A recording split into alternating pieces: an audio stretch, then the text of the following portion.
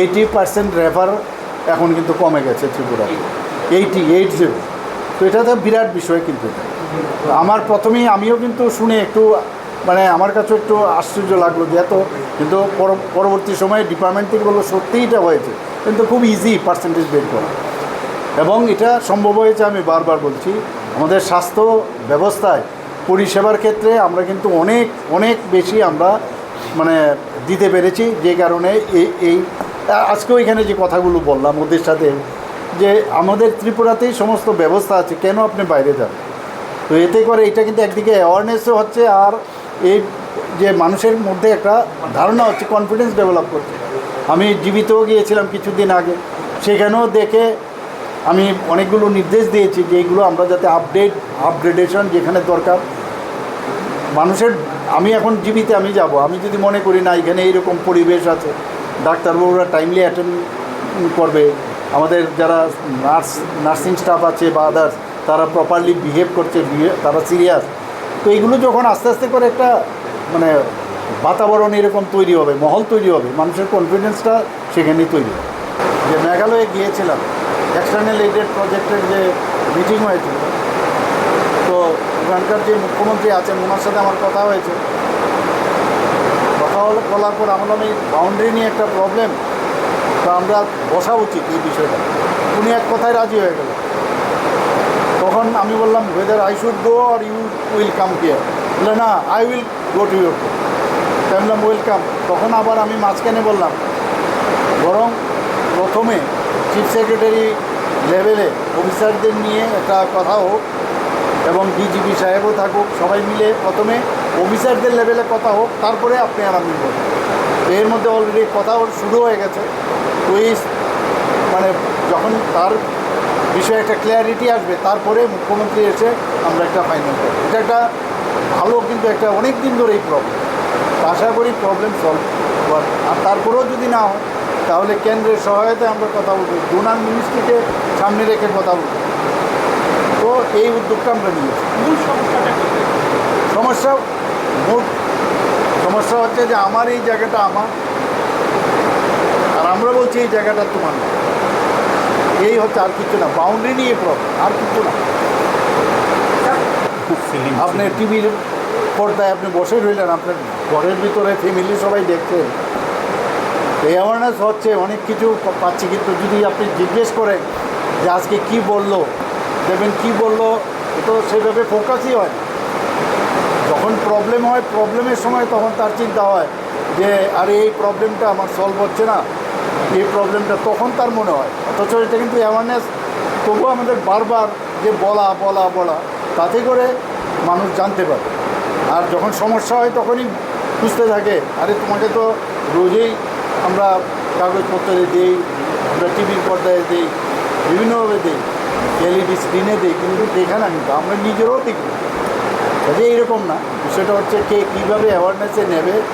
ওই সময়ে সে যদি ওই পার্টিকুলার বিষয়ে সে যদি ফেস করে, তখনই তার মনে হয় যে না এরকম কিছু আছে। আমরা তো বলছি প্রথমে তো আস্তে আস্তে করে কালকে একটা মানে মডেল আমরা অনুসরণ করছি, মানে এটাকে বলে হুইল সাইকেলের হুইল যে আছে তাকে হাব অ্যান্ড স্পোক, মানে হাব অ্যান্ড স্কোপ, অর্থাৎ সমস্ত যেসব আমাদের যে পিএসসিগুলো আছে, সাব সেন্টারগুলো আছে, সিএসসি আছে, সেইগুলোর থেকে সমস্ত ব্লাড টেস্টিং রিপোর্ট এভরিথিং ওই হাবে চলে আসবে। ফর এক্সাম্পল ডিস্ট্রিক্ট হলো, তো ডিস্ট্রিক্ট থেকে এই সমস্ত জায়গার মধ্যে মানে যে কোনো রিপোর্ট সেটা যাতে তাদের রিপোর্টের জন্য আসতে না হয় ফিজিক্যালি।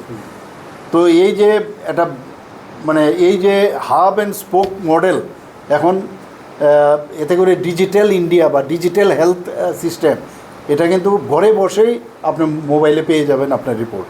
তো সেটা অটোমেটিক্যালি এখানেও হবে, আমাদের স্টেট হসপিটালে সব জায়গায় আস্তে আস্তে করে আমরা এগুলো ইনক্লুড করব। ফান্ডের প্রবলেম নেই, আর সবচেয়ে বড় হচ্ছে আমরা ইচ্ছে আছে কি না, দিস ইজ ইম্পর্টেন্ট। একদিনে সব হয়ে যাবে এরকম না, কিন্তু আমরা আস্তে আস্তে করে এগুলো ইমপ্লিমেন্ট করছি। কালকেই খালি এটার ইনোগ্রেশন হলো উদয়পুরে। পরিকাঠামো আর স্টাফ কি সাফিসিয়েন্ট? ফান্ডের অভাব নেই যেমন বললেন। না দেখুন, আপনার ডিপেন্ড করে আপনি সরকারি চাকরি করলে খালি যদি আমি মনে করি টাইমলি আসবো টাইমলি আমি যাব, তাহলে কিন্তু সেটা হবে না। কিছু কাজ আছে 24/7, বিশেষ করে স্বাস্থ্য ব্যবস্থায়, পুলিশ ডিপার্টমেন্টে এরকম। তো আমরা তো আস্তে আস্তে করে, আর এগুলো তো রেডিমেড হয় না, ডাক্তারের অ্যাভেলেবিলিটি থাকতে হবে। ডাক্তারের এখন তো আস্তে আস্তে করে সিটও বাড়ছে, আমাদের এএনএম জিএনএমেরও বহু লোক পাশ করে আসছে, তো সবাইকে অ্যাবজর্ব করব। এবং ফাইন্যান্সিয়াল ডিসিপ্লিনও প্রয়োজন। আমি যা খুশি করলাম সেটা হবে না। একটা ডাক্তারদের প্রাইভেট চেম্বারে কতজন স্টাফ থাকে বলুন, তো এই স্টাফে তো পুরো পরিষেবা দিচ্ছে।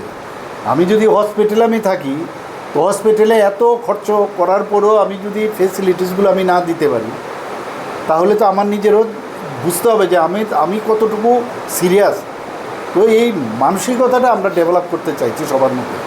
স্যার আরেকটা প্রশ্ন। নেশা বিরোধী তো আমি বারবার বলছি যে এর মধ্যে প্রশাসনই হোক, পুলিশ বিভাগই হোক, সেইভাবে ওনারা যদি মনে করে যে না, ইভেন পুলিশ বিভাগ না, এখানে যদি প্যারামিলিটারিও দরকার পড়ে, সেখানে ওরা আসতেই হবে। তো এদের ইন্টারনাল বিষয়।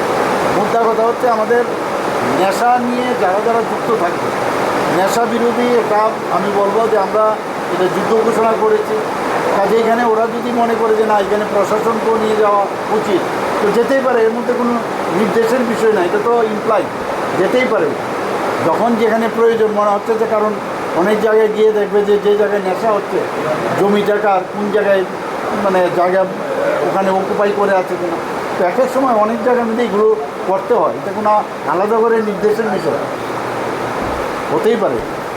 অনেক কথা হয়েছে, অনেক জনপ্রতিনিধিও আমাকে বলেছিল যে এরকম বাইরের থেকে আসে, এবং পুরো ডাটা আছে ডিস্ট্রিক্ট ওয়াইজ কোথায়, এবং বেশিরভাগই দেখা গেছে যে ওনারা যেমন বেঙ্গল থেকে, মেদিনীপুর বা এরকম অনেক জায়গায়, বহরমপুর, মুর্শিদাবাদ, এইসব জায়গার থেকে এসছে, এবং তাদের ডাটা সম্পূর্ণ, আমি যখন এই বিষয়ে আমার কাছে খবর এসছে আমি বলেছি, এবং পরবর্তী সময়ে ডিএমদের দিয়ে এবং এসডিএম লেভেলে এগুলো কিন্তু ডাটা নেওয়া হয়েছে, এবং ওরা কোথায় থাকে, কী অবস্থায় থাকে, সব ডাটা নেওয়া হয়েছে। আর এখন যেটা ছিনতাইয়ের বিষয় দাঁড়িয়েছে, এগুলো তো বাইরের থেকে ট্রেনে এসছে। আপনার অলরেডি বলা হয়েছে কয়েকবার যে ওদেরকে অলরেডি ট্র্যাকিং করছে, কোথায় আছে সব কিছু বলা যাবে না, এবং তারা কিন্তু এদের সাথে যুক্ত না।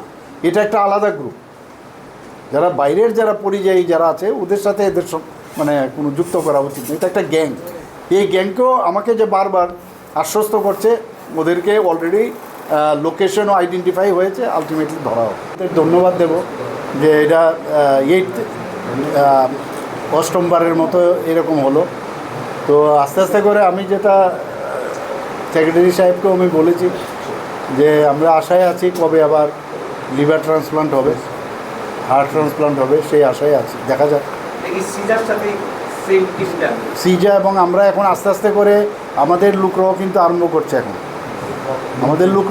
এখন মানে এক্সপার্ট না, তারাও করতে পারবে। আর এভরি খুব ভালো সবাই। রিগার্ডিং all disputes, মানে regarding all sort of disputes, we will talk and ultimately we will come to the conclusion and we will মানে resolve all these issues.